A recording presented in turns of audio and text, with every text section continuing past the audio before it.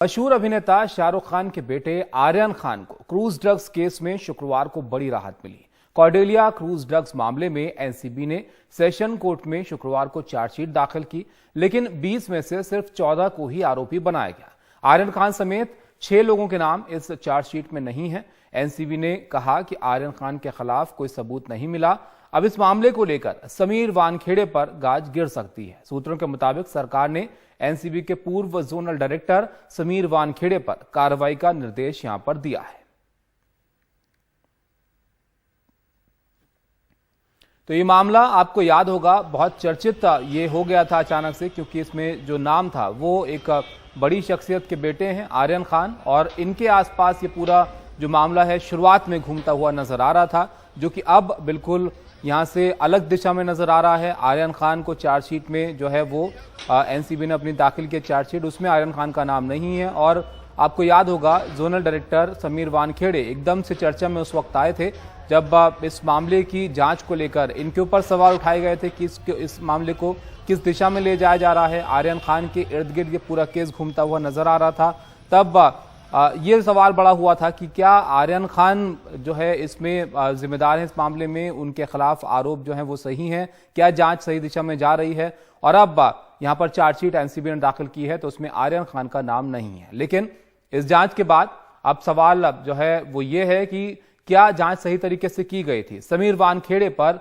इसके बाद जो आंच है इस जांच की वो आती हुई दिख रही है, और सूत्रों के हवाले से खबर है कि समीर वानखेड़े इनके खिलाफ जो है अब कार्रवाई यहां पर हो सकती है। इस जांच को लेकर सूत्रों के हवाले से खबर आ रही है। उस वक्त में जोनल डायरेक्टर थे समीर वानखेड़े। आर्यन खान केस में खराब जांच को लेकर कार्रवाई हो रही है, क्योंकि जब ये केस शुरू हुआ था तो ये आर्यन खान के इर्द गिर्द ही घूमता हुआ नजर आ रहा था, और अब जब मामला आगे बढ़ा, जब चार्जशीट तक बात आई, तो फिर आर्यन खान का नाम उस चार्जशीट में नहीं है। तो फिर क्या जांच जो है वो ठीक तरीके से नहीं की गई थी। सरकार ने सक्षम प्राधिकारी से कार्रवाई करने को कहा है, सूत्रों के हवाले से यह खबर आ रही है। और अब इस मामले को लेकर समीर वानखेड़े, जो कि शुरुआत में इस मामले को देख रहे थे, उनके ऊपर जो है कार्रवाई हो सकती है। फर्जी जाति प्रमाण पत्र केस में भी यहां पर इन पर कार्रवाई हो सकती है।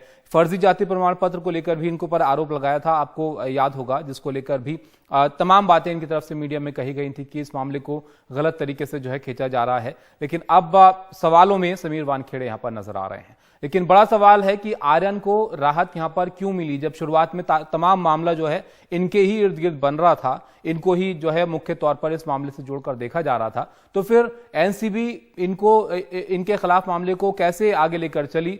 आपको बताएं कि एनसीबी के सूत्रों के हवाले से हमें जानकारी मिली है, उसके मुताबिक अरबाज मर्चेंट के पास से 6 ग्राम चरस मिला था। अरबाज मर्चेंट आर्यन खान के दोस्त, जो कि शुरुआत में नाम आपने सुने होंगे। अरबाज मर्चेंट आर्यन खान के दोस्त हैं और उनके साथ ही क्रूज पर उस वक्त ये मौजूद थे। तो ये भी सवाल था कि क्या आर्यन खान भी जो है वो इस ड्रग्स को इस्तेमाल करने वाले थे अरबाज मर्चेंट से जोड़कर। लेकिन आर्यन खान के पास से जो कोई ड्रग्स बरामद नहीं हुआ था, ये भी मुख्य तौर पर रखा गया आर्यन खान के वकीलों की तरफ से कोर्ट में कि इनके पास से ड्रग्स बरामद नहीं हुआ था। अरबाज ने ये बताया कि वो सेवन के लिए चरस जो है लेकर आया था, लेकिन क्या उसका इस्तेमाल दूसरों को बेचने के लिए, दूसरों को बांटने के लिए हो रहा था, ये भी सवाल जो एक बड़ा उस वक्त खड़ा हुआ था। अरबाज ने यह बताया कि उसे आर्यन ने चरस लेने से रोका था, क्योंकि इस मामले को आप समझिए कि पूरा ये शुरुआत किस तरीके से हुई थी कि क्या आर्यन खान ड्रग्स ले रहे थे, कि आर्यन खान जो है इस मामले से जुड़े हुए थे। आर्यन ने अरबाज को एनसीबी के सक्रिय होने का हवाला जो है दिया था। ये तमाम बातें एनसीबी सूत्रों के हवाले से जो है वो सामने आई हैं। ये तमाम वो सवाल हैं जो आप समझ सकते हैं इससे कि मामला किस तरीके से जो है आगे बढ़ रहा था। अरबाज ने जूते में अपना चरस रखा था, ये नहीं कहा कि आर्यन भी सेवन करने वाला था। तो अरबाज के पास से जो ड्रग्स था उसका इस्तेमाल किस तरीके से हो रहा था, क्या आर्यन खान को लेना था, क्या उसका और लोगों को देना था, ये तमाम सवाल जो उस वक्त खड़े हुए थे। एनसीबी गवाह प्रभाकर सैल ने गोसावी के कहने पर कोरे कागज पर साइन की बात कही थी। जो प्रभाकर सैल है वो एनसीबी का गवाह था, और जो दूसरा नाम आपने सुना वो शख्स है जिसका तस्वीर आर्यन खान के साथ जो है वो बहुत वायरल उस वक्त हुई थी। प्रभाकर सैल ने बताया कि उसने ड्रग्स की रिकवरी होते नहीं देखा है, जिसको मुख्य तौर पर गवाह के तौर पर यहां पर पेश किया गया था। उसने बताया कि उसने रिकवरी होते हुए ड्रग्स की जो है वो नहीं देखी थी। तब तमाम तरीके के आरोप भी लगाए थे कि जब रिकवरी होते हुए नहीं देखा गया तो कैसे ये बरामद हुई।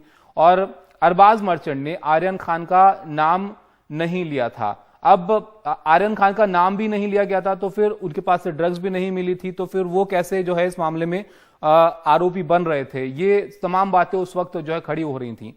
अरबाज के नाम ना लेने पर भी समीर वानखेड़े ने आर्यन के व्हाट्सएप चैट की जांच की। अब व्हाट्सएप चैट को आप समझिए, उस वक्त बहुत चर्चा में ये व्हाट्सएप चैट रही थी कि जो बातचीत इस पर हो रही थी उससे अंदाजा लगाया जा रहा था कि कहीं ड्रग्स का इस्तेमाल वहां पर जो है वो उस पार्टी में दूसरे लोगों के लिए तो नहीं किया जा रहा था, क्या उससे जो ड्रग पेडलर्स हैं उनसे तो संपर्क नहीं किया जा रहा था। ये व्हाट्सएप चैट जो है उसको लेकर जो व्हाट्सएप चैट की जांच की गई थी वो सही तरीके से नहीं की गई। वानखेड़े ने औपचारिक तौर पर मोबाइल सीज किए बिना ही व्हाट्सएप चैट की जांच यहां पर की थी। तो ये तमाम बातें समीर वानखेड़े की जांच को लेकर सवाल खड़े करती हैं कि किस तरीके से वो इस मामले को आगे लेकर जा रहे थे।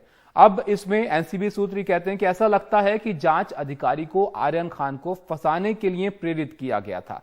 ये बहुत बड़ा सवाल है जिसको लेकर उस वक्त भी जांच के दौरान भी ये आरोप लग रहा था कि क्या आर्यन खान को फंसाने की यहां पर कोशिश हो रही है या फिर उनको बचाने की कोशिश हो रही है। तो इन सवालों के बाद अब जो चार्जशीट दाखिल की गई है उसमें आर्यन खान को यहां पर बड़ी राहत मिली है और ये बहुत बड़ा मामला उस वक्त बन गया था। अब जो समीर वानखेड़े थे वो ही इस मामले को लेकर अब सवालों में है और सवाल ये कि क्या उनके ऊपर यहां पर अब कार्रवाई इस मामले में हो सकती है। तो आपको बताएं कि इस मामले में क्योंकि एनसीबी का ये मामला था और आर्यन खान एक बड़ा नाम इसमें थे, तो तब क्या कहा गया था और अब क्या कहा गया है ये आप यहां पर समझिए। तब एनसीबी ने कहा कि आर्यन के पास से ड्रग्स भले ही नहीं मिली हो लेकिन वो पेडलर के संपर्क में था, वो व्हाट्सएप चैट जिसका आपने बहुत उस वक्त चर्चा सुनी थी। अब ये कहना है कि आर्यन खान के खिलाफ कोई सबूत नहीं मिला है।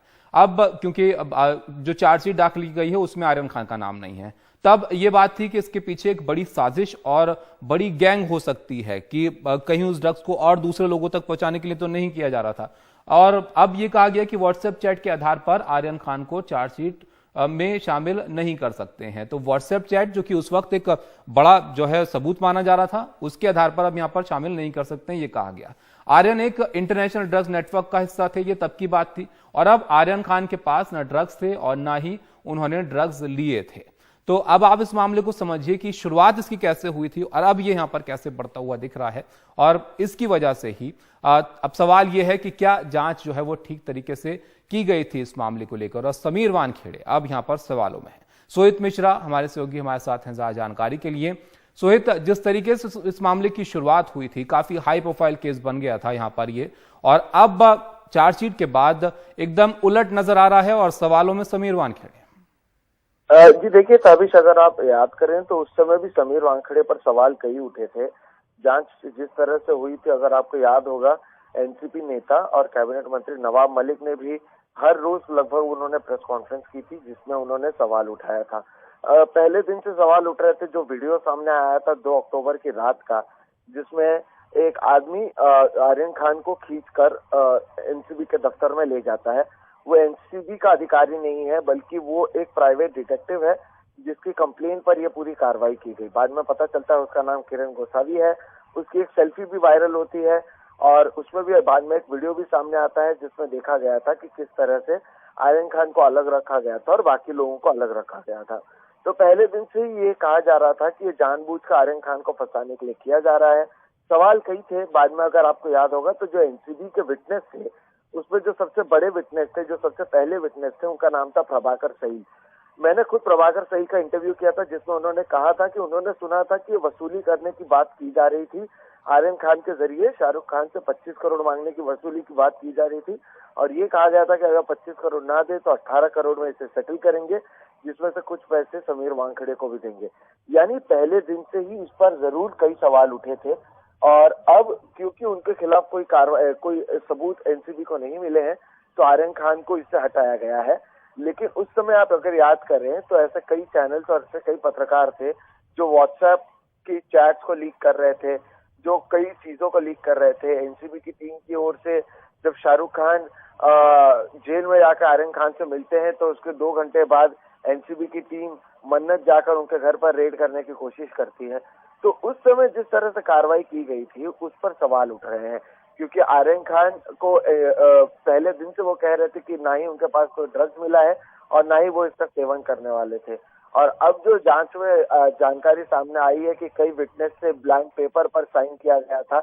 आपको ये भी याद होगा कि एक इंटरनल इंक्वायरी बिठाई गई थी एसआईटी की ओर से।